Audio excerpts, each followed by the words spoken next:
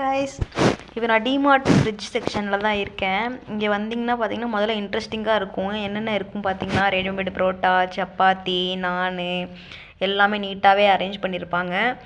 அதில் பார்த்தீங்கன்னா வீட்டில் நம்ம மாவு பிசைஞ்சு வைக்கணும்னு அவசியமே கிடையாது. வீட்டில் ஏதாவது கிரேவி அது சம்திங் நம்ம ஒரு நாளைக்கு கறி குழம்பு அந்த மாதிரி ஏதாவது சம்திங் வைக்கிறோம் அப்படின்னா அந்த டைமில் இந்த மாதிரி ரெடிமேடு புரோட்டா அந்த மாதிரிலாம் வாங்கிக்கலாம்.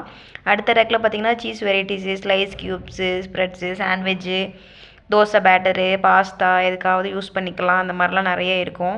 அதே மாதிரி curd, butter, paneer, fresh cream எல்லாம் சூப்பர் ஃப்ரெஷ்ஷாக ஃப்ரிட்ஜில் வச்சுருக்காங்க.